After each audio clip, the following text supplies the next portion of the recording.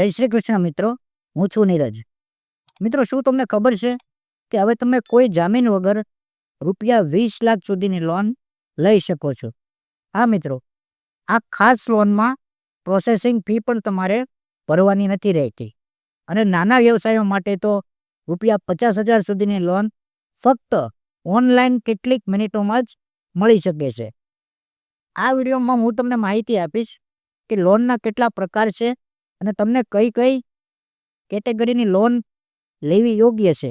ત્યાર પછી એની પાત્રતા કઈ છે, એલિજિબિલિટી શું છે એની, અને એના જરૂરી દસ્તાવેજ ક્યાં છે. ત્યાર પછી લોનની અરજી કરવાની સ્ટેપ બાય સ્ટેપ રીત, તેમજ વ્યાજદર, ઈએમઆઈ અને રીપેમેન્ટની વિગતો, ઉપરાંત સફળ લોન મેળવવા માટે ખાસ ટિપ્સ અને તમારી ભૂલો, લોન લેતી વખતે જે ફોર્મ ભરવાનું હોય તેમાં ભૂલો ના કરો, એવી તમામ માહિતી તમને આ વિડીયોમાં આપવામાં આવશે. તો વિડીયો અંત સુધી જોતા રહેજો અને આ વિડીયોને લાઈક કરી દેજો, મિત્રો સાથે શેર કરી દેજો અને ગ્લોબલ અપડેટ ગુજરાતી અમારી ચેનલને સબસ્ક્રાઈબ કરી દેજો. અને હા, કમેન્ટ બોક્સમાં જરૂર જણાવજો કે શું તમને લાગે છે કે જામીન વગરની મળતી આવી લોન નાના વેપારીઓ માટે ગેમ ચેન્જર સાબિત થશે? ચાલો મિત્રો, આપણે વિડીયો તરફ આગળ વધીએ. પ્રધાનમંત્રી મુદ્રા યોજના PMMY કે નાના અને મધ્યમ વ્યવસાયો માટે ભારત સરકારની એક શાનદાર યોજના છે, જેના હેઠળ બેંક ઓફ બરોડા 20 લાખ સુધીની લોન આપે છે.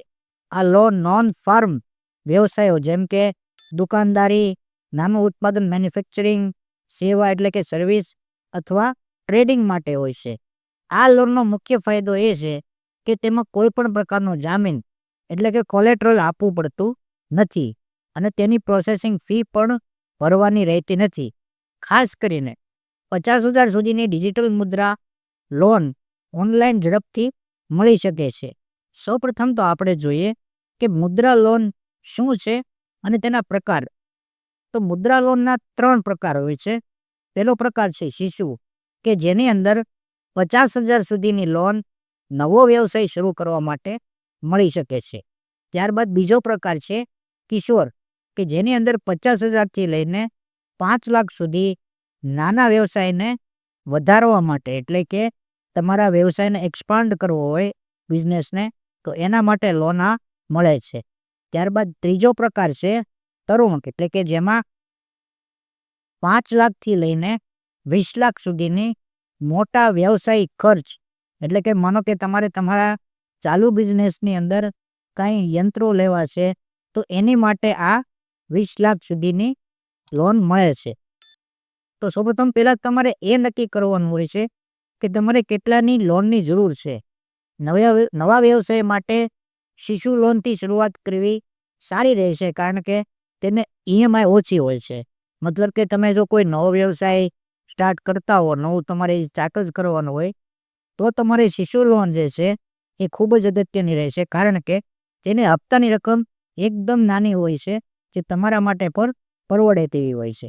હવે આપણે જોઈએ કે આ લોનની અંદર, મુદ્રા લોનની અંદર પાત્રતા કઈ કઈ છે, એટલે કઈ એલિજિબિલિટી છે, ક્યાં વિગતો ફરજિયાત જોઈએ છે કે નહીં, તો તેની માટે આપણે આ જોઈએ. તો સૌપ્રથમ તો તમે પહેલાં ભારતના નાગરિક હોવા જોઈએ. તમારો વ્યવસાય નોન ફાર્મ હોવો જોઈએ, જેમ કે દુકાન છે, નાની ફેક્ટરી છે, ટેલરિંગ છે, ટ્રાન્સપોર્ટ છે, બ્યુટી પાર્લર છે, રેસ્ટોરન્ટ છે વગેરે. તમારા વ્યવસાયનો ચોક્કસ પ્લાન હોવો જરૂરી છે, જેમાં લોનનો ઉપયોગ કેવી રીતે થશે તેની તમામ વિગતો આપેલી હોય. આ ઉપરાંત તમે કોઈ પણ બેંકમાં ડિફોલ્ટર એટલે કે લોન ન ચૂકવનાર ન હોવા જોઈએ. જો તમારો વ્યવસાય MSME એટલે કે માઇક્રો, સ્મોલ, મીડિયમ એન્ટરપ્રાઇઝ છે, તો ઉદ્યમ રજિસ્ટ્રેશન હોવું ફાયદાકારક છે. આ ઉપરાંત બેંક ઓફ બરોડાની વેબસાઇટ પર જઈને પાત્રતાની માહિતી એકવાર તમે જોઈ લેજો, અથવા નજીકની શાખામાં જઈને મેનેજર સાથે વાત કરી શકો છો. ઉદ્યમ રજિસ્ટ્રેશન ઓનલાઈન ફ્રીમાં જ મળી રહે છે, જે લોનની પ્રોસેસને ખૂબ જ ઝડપી બનાવે છે. હવે આપણે મુદ્રા લોન યોજનામાં ક્યાં ક્યાં ડોક્યુમેન્ટની જરૂર પડશે તેની વિશે આગળ જોઈએ. તો સૌપ્રથમ ઓળખનો પુરાવો. તો એની અંદર Aadhaar card, PAN card, voter ID અને ડ્રાઇવિંગ લાયસન્સ. આ 4માંથી કોઈ પણ એક વસ્તુ હશે તો પણ ચાલશે.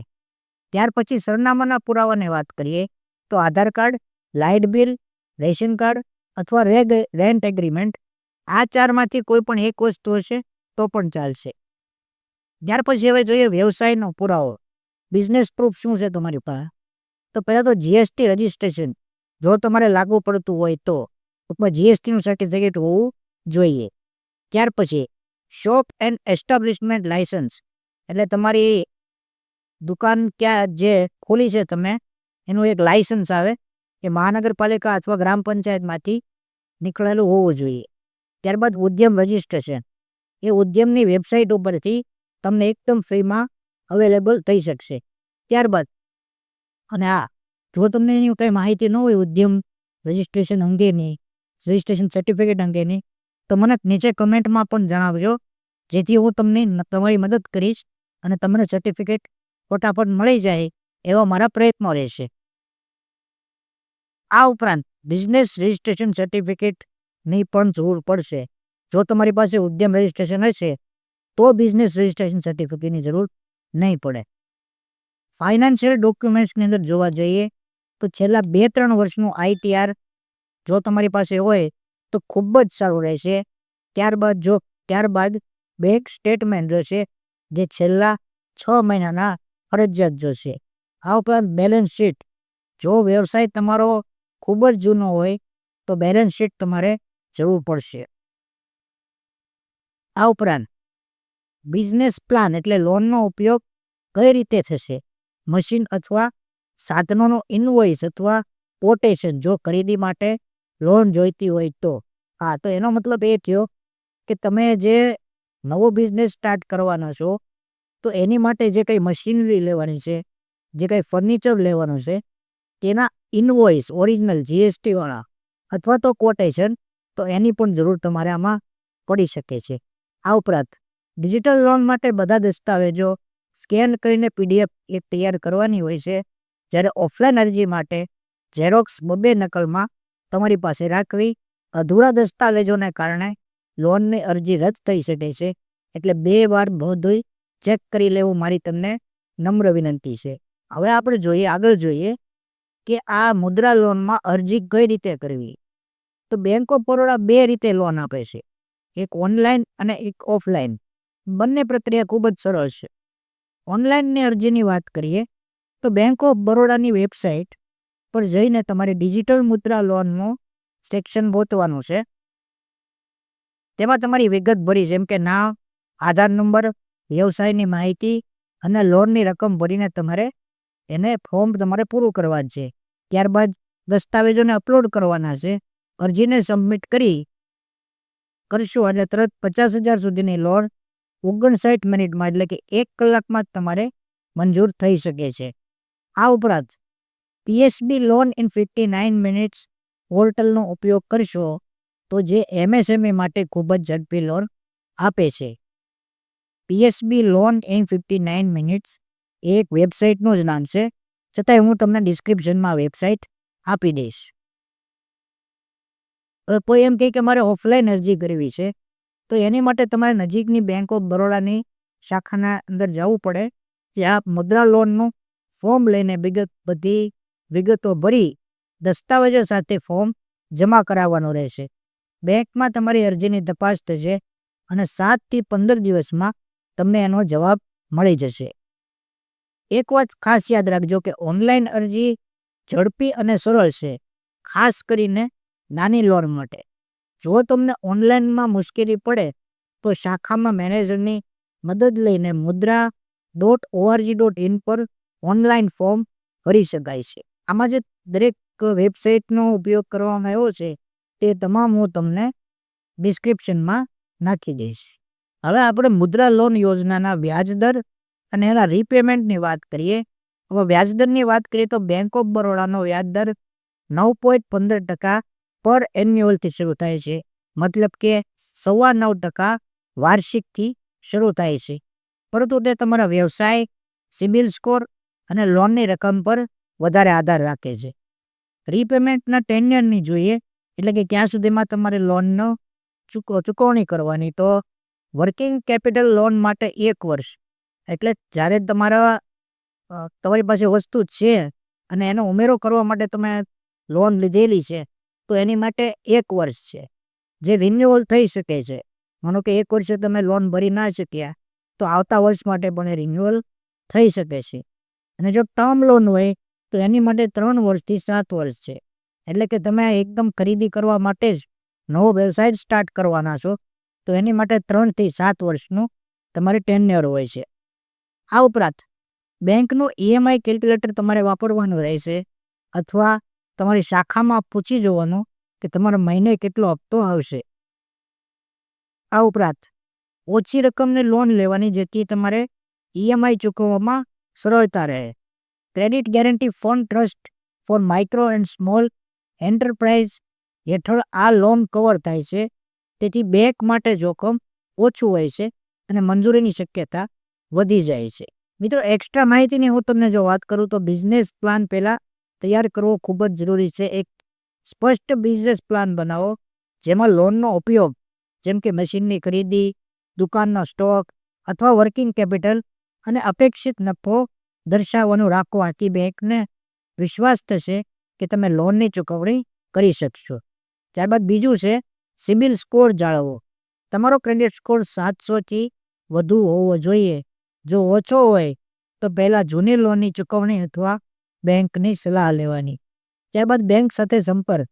તો લોનની અરજી પહેલાં બેંક ઓફ બરોડાની શાખામાં જઈને તમારે વાત કરવાની, અથવા તો 1800-258-4455 અથવા 1800-102 લોનની અરજી કરતાં પહેલાં તમારે બેંક ઓફ બરોડાની શાખામાં જઈને 1800-258-4455 અથવા 1800-102-4455 પર કોલ કરવાના. આ બંને નંબરો પણ હું તમને ડિસ્ક્રિપ્શન બોક્સમાં નાખી દઈશ. બેંકના અધિકારી તમને દસ્તાવેજો અને પ્રોસેસ તમને આ ફોન દરમિયાન જણાવશે. વારંવાર અપડેટ ચેક કરતા રહેવી જરૂરી છે. જેમ કે 2024માં મુદ્રા લોનની મર્યાદા ₹10 લાખથી વધીને 20 લાખ કરવામાં આવી હતી. આ માટેની જરૂરતો માટે બેંક ઓફ બરોડાની વેબસાઇટ અથવા મુદ્રાની વેબસાઇટને અચૂક જોઈ રહેશે. ત્યારબાદ લોન મળ્યા પછી તમે સમયસર EMI ચૂકવો, જેથી ભવિષ્યમાં વધુ લોન તમારે જોતી હોય તો એ સરળતાથી મળી રહે. આ ઉપરાંત કેટલીક વિગતોનું ખાસ યાદ રાખો કે આ લોનની તમામ કામગીરી દરમિયાન તમારે કઈ વસ્તુને ટાળવી. તો અધૂરા દસ્તાવેજો સાથે ક્યારેય અરજી ન કરવી, કારણ કે તે રદ થઈ શકે છે. ત્યારબાદ ખોટી માહિતી ના આપવી, જેમ કે ખોટું બિઝનેસ પ્લાન અથવા ખોટા આવકની વિગતો. ત્યારબાદ ક્યારેય વધારે લોન માટે અરજી ન કરવી, જેથી તમે ચૂકવી ન શકો. અને જો કદાચ લોન રદ થાય તો બેંકના અધિકારી સાથે વાત કરીને એનું કારણ જાણીને ફરીથી તમે એકવાર અરજી કરી શકો છો. બીજી એક વાત તમને કહી દઉં તો બેંક ઓફ બરોડાની શાખામાં જઈને મુદ્રા લોન ઓફિસર સાથે એકવાર વાત કરવાની. તેઓ તમને ફોર્મ આપશે અને દસ્તાવેજ તૈયાર કરવામાં મદદ કરશે. જો બેંક લોન આપવામાં મુશ્કેલી કરે તો બેંક ઓફ બરોડાના રિજનલ મેનેજર અથવા PMMYના ગ્રાઇવન્સ પોર્ટલ ઉપર ફરિયાદ કરવાની રહેશે. તો આશા રાખું મિત્રો તમને આ માહિતી ખૂબ જ પસંદ આવી છે અને આ માહિતી તમે સજાગ થઈ ગયા છો. જો તમને મારો વિડીયો પસંદ આવ્યો હોય તો વિડીયો લાઇક કરી દેજો, ચેનલ સબસ્ક્રાઈબ કરી દેજો. સાથે સાથે આ વિડીયોને તમારા બધા ગ્રુપોમાં શેર પણ કરી દેજો.